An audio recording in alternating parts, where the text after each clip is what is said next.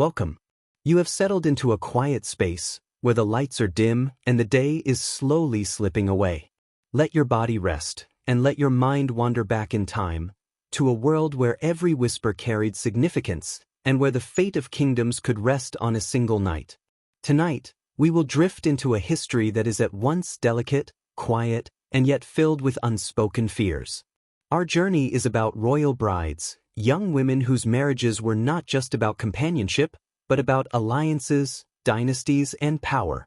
Their wedding nights were not simply personal milestones, but public matters, loaded with symbolism and expectation.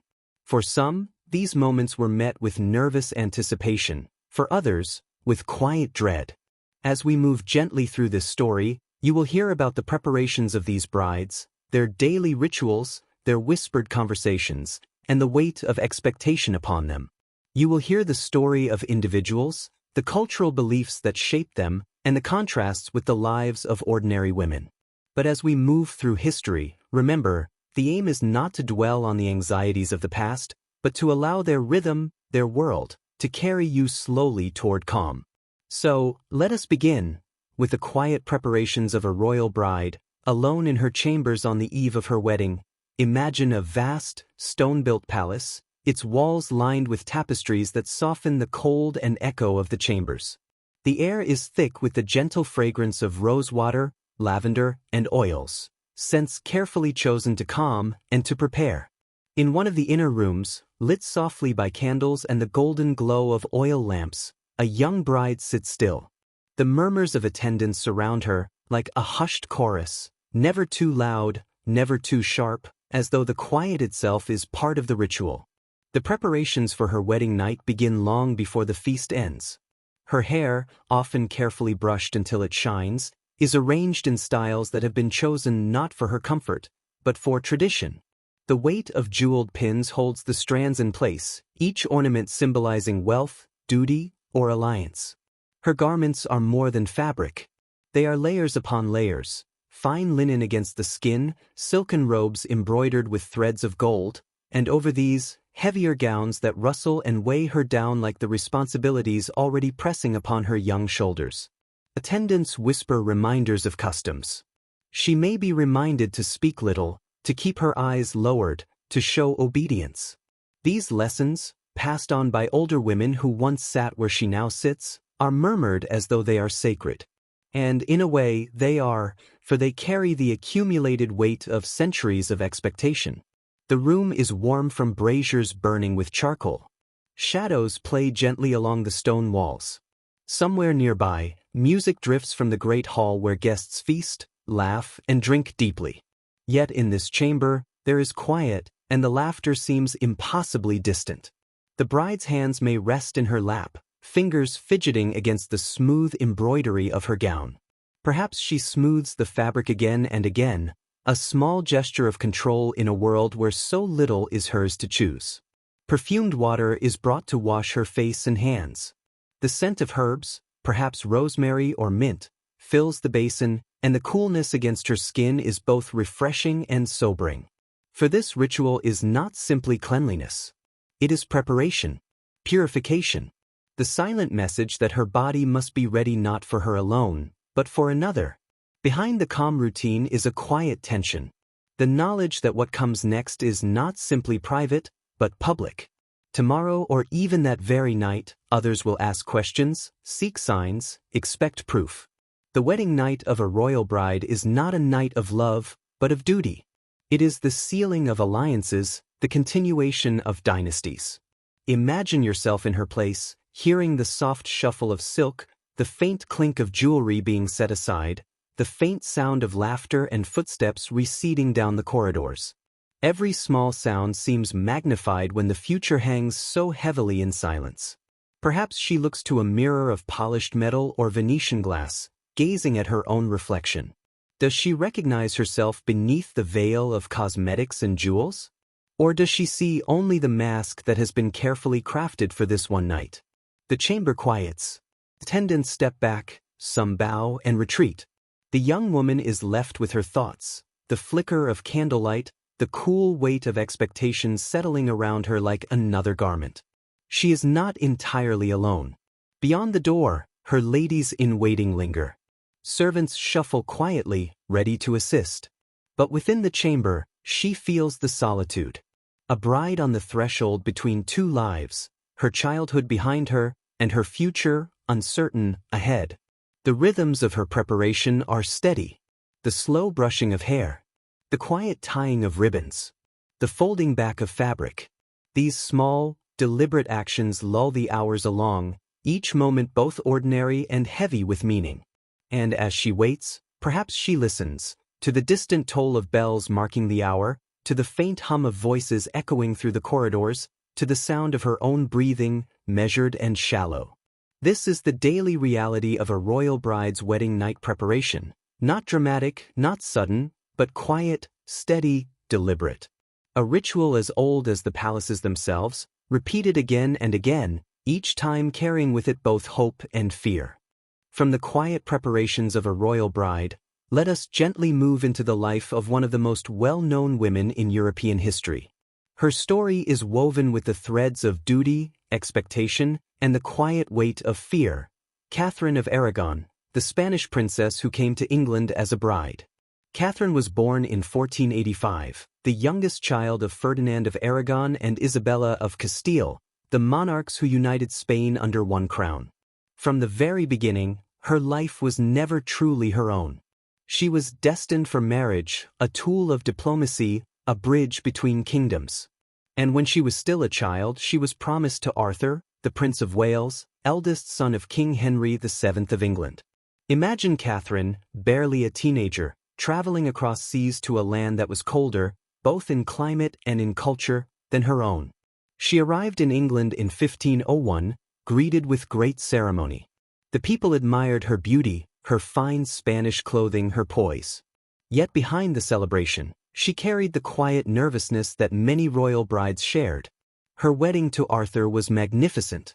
The streets of London were lined with people, bells tolled, and feasts overflowed. Yet Catherine, in her heart, likely knew that all of this grandeur was not truly for her. It was for the alliance, for the politics, for the power that her marriage represented. After the ceremonies, after the banquets and the pageantry, came the moment that the world did not see, but which mattered just as much. The wedding night. Arthur was only 15 and Catherine, only slightly younger. They were children by today's understanding, yet they bore the full weight of adult expectation.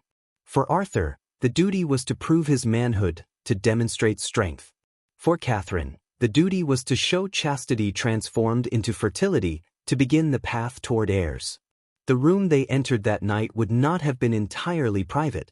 Yes, there was a chamber, and yes, the doors closed, but the act itself was surrounded by ritual and public curiosity.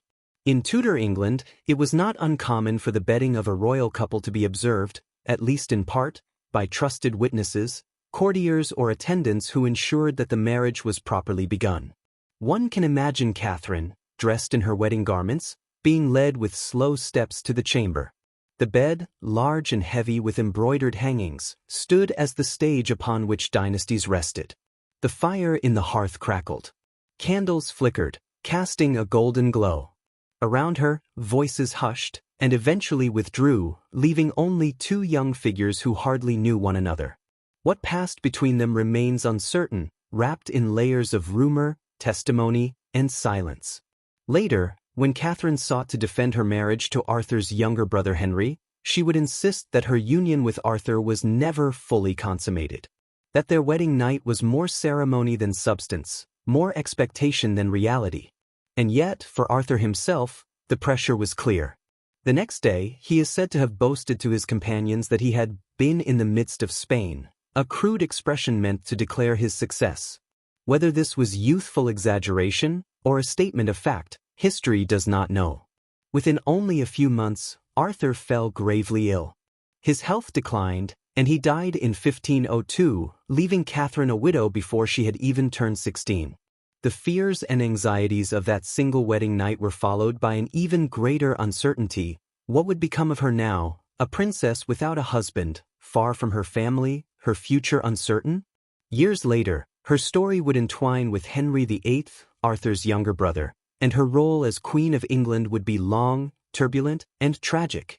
But at the heart of her life was that one quiet night, when she first faced the solitude of a chamber, the weight of expectation, and the unspoken fears of what lay beyond the closed doors. In Catherine's experience, we see reflected the same pattern shared by many royal brides, the public ceremony followed by a private duty that was never truly private. A night that was as much political as personal, as much about dynasties as about individuals. And as her story gently settles into history, we may drift to another layer of this theme, the cultural and religious beliefs that made wedding nights such fearful, weighted events. The story of Catherine of Aragon gives us one young woman's experience. But behind her private thoughts and the quiet steps to her wedding chamber, there stood an entire world of cultural beliefs, rituals, and anxieties.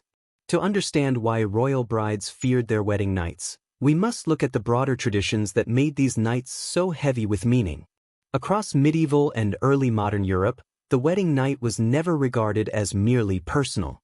It was a rite of passage, a test, a seal upon an alliance. At its core was the belief that consummation, physical union, was the true completion of marriage. Without it, a marriage could be annulled, as if it had never existed. This made the moment of consummation not only a private exchange, but a matter of state. A kingdom might rise or fall on whether a young couple fulfilled their duty on a single night. Imagine yourself in a great hall, just after the wedding feast. Guests are laughing, servants clear away the platters of roasted meats and trenchers of bread, musicians play faintly in the background. And then comes the ritual known in many courts as the bedding ceremony. The bride and groom are led, sometimes with great pageantry, to their chamber. Curtains are drawn, prayers are spoken, and in certain traditions, witnesses might even remain to see the couple enter the bed together. While to us this may feel intrusive, to those living then it was assurance. Assurance that the union was true, that heirs might come, that the alliance was sealed. The symbolism ran deeper still. Virginity was not only a personal state but a political commodity. A bride's untouched body was proof of her purity, her value, and the honor of her family. On the wedding night, this purity was expected to be transformed into fertility, into the promise of future generations. In some courts, evidence of this transformation was sought. Bed sheets were inspected the morning after, whispered reports carried from chamber to court, and sometimes to the wider realm. The absence of proof could stir rumor, weaken alliances, or call entire marriages into question. Religion, too, played a part. In the Catholic world, marriage was a sacrament, blessed by God, and consummation was seen as the natural and necessary fulfillment of that holy bond. To withhold it was to resist divine order. In Protestant lands, the belief was similar, though couched less in sacramental terms and more in moral obligation. For the bride, this meant that her body was a stage upon which faith, politics, and dynastic power all converged. To falter was to risk not only her own reputation but the standing of her family and nation. Archaeological evidence sometimes reflects these customs. In inventories of royal households, we find mention of elaborate wedding beds, constructed with carved posts, embroidered hangings, and rich fabrics. These beds were not simply for comfort. They were symbols, objects meant to demonstrate wealth, continuity, and the legitimacy of heirs conceived upon them. Texts from the time reveal the constant concern for fertility. Manuals of medicine and advice literature instructed brides on the foods to eat, the herbs to drink, even the prayers to whisper, to ensure conception. Some traditions spoke of warming spices like cinnamon and nutmeg to stir the body, while others suggested cool, calming baths to prepare the mind. Even the language of poetry and song reflected these expectations. The wedding night was described not in terms of intimacy, but of duty, of fruitfulness, of the turning of one page in life to the next. The bride was not only a woman but a vessel of hope for future generations. This cultural framework explains why royal brides often approached their wedding nights with apprehension. It was not simply about meeting a husband. It was about meeting the demands of the world. Every glance, every whisper, every expectation pressed upon their shoulders. And so, as the candles dimmed and the chamber doors closed, the silence carried more than the hush of a private night. It carried the weight of kingdoms, of churches, of families, and of history itself. From these beliefs, let us drift gently onward, to the final layer of our exploration. If queens and princesses bore such fears, what of the ordinary women, whose wedding nights were lived outside the gilded halls of power? The fears of royal brides were shaped by dynasties, politics, and the gaze of entire courts. Yet for every queen or princess who faced her wedding night under such scrutiny, there were countless ordinary brides whose experiences, while less public, carried their own rhythms, anxieties, and hopes. Imagine a village wedding in the same centuries we have been exploring. Instead of stone palaces with echoing halls, there is a timber-framed hall or perhaps the open air of a village green. Instead of golden embroidery and jeweled pins, the bride's gown is of wool or linen, sometimes plain, sometimes dyed with simple plant colors. The scent of herbs and flowers fills the space, mingling with the smoke of hearths and the sweetness of mead. The bride, though not bound to foreign treaties, carried expectations of her own. Her marriage was a contract between families, a union of property, land, and labor. The community watched, not with the eyes of ambassadors and kings, but with the quiet curiosity of neighbors who would live alongside the new couple for the rest of their lives. Here, too, the wedding night carried meaning. The consummation of the union, though more private than in royal halls, was still subject to custom. In some villages, newlyweds were accompanied to their bedchamber by friends and relatives, with laughter, music, and playful teasing. Curtains might be drawn, candles extinguished, and the door closed, but just beyond the threshold, voices lingered, waiting to see whether the union had begun. Unlike the royal bride, the common woman's wedding night was less likely to be recorded, less likely to ripple through kingdoms. Yet in its way, it was just as binding. A child born of such a union secured the continuation of the family line, provided labor for the fields, ensured that land and inheritance stayed within kinship networks. The contrast lies in scale, not in essence. For the royal bride, failure meant political instability, annulment, or even war. For the village bride, failure might mean gossip, strained alliances between neighbors, or disputes over property. In both worlds, however, the woman bore the greater burden of proof, her body the silent ledger upon which success or failure was recorded. And yet, beyond the weight of expectation, there was something more human, more gentle. In many ordinary marriages, love could slowly take root. A bride and groom, though perhaps not deeply acquainted before the wedding, could grow into companionship. The rhythms of shared work, meals, and children allowed bonds to deepen. For queens and princesses, this possibility was rarer. Their unions were shaped by the crown, the church, the state. Affection was not forbidden, but it was not the priority. Their nights, even after the first, remained tethered to the watchful eyes of others. In this contrast, we see the quiet irony of history. The most powerful women, arrayed in silks and jewels, surrounded by attendants and courtiers, were often the least free. The humbler village bride, though burdened in her own ways, might know greater privacy, greater agency, and greater peace. As centuries passed, customs shifted. The strict public rituals of bedding ceremonies slowly gave way to more private practices. The inspection of sheets, once common in certain courts, became less frequent.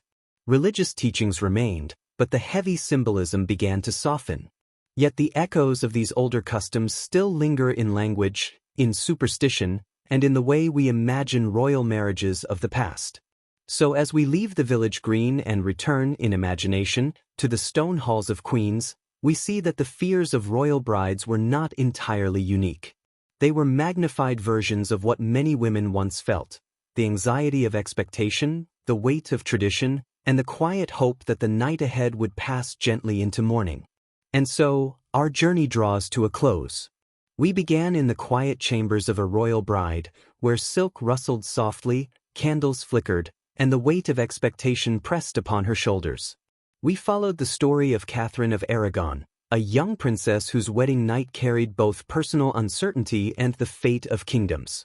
We explored the cultural beliefs that gave such moments their power, the rituals, the symbols, the watchful eyes of courts and churches. And finally, we looked outward, toward the lives of ordinary brides, whose experiences mirrored these fears in simpler, quieter ways. Across these stories, a pattern emerges. The wedding night, whether in palace or village, was never only about two individuals. It was about families, communities, dynasties. It was about continuity, duty, and the hopes of those who watched from beyond closed doors. And yet, beneath all of that, there was still a young woman and a young man, each carrying their own unspoken thoughts, their own private hopes and fears. For the royal bride, those thoughts were often overshadowed by politics. For the common bride, they were shaped by the rhythms of community. But in both, we see the universal, the crossing from one stage of life to another, the hush of night, the quiet uncertainty of what comes next. As we reflect, let us notice how far the world has come. Today, in many places, marriage is no longer a matter of dynasties or public inspection, but of personal choice. The silence of the past, so heavy, so filled with expectation, gives way to gentler freedoms in the present. And as you rest now, you may allow yourself to feel the contrast between then and now. The stone walls of palaces, the solemn rituals of long ago, fade softly into the distance. What remains is the calm of this moment, the comfort of knowing that the burdens of history are not yours to carry. Let the rhythm of time soothe you. Let the stories settle, like fading echoes in a vast, empty hall. The candles are extinguished, the doors are closed, and silence fills the chambers of the past. You are here, in quiet, safe, and at peace. The night stretches gently before you. You may allow your mind to wander, or to rest, or simply to drift away, as countless nights have done before. And so, with the stories of royal brides behind us, let us leave the halls of history and step softly into sleep.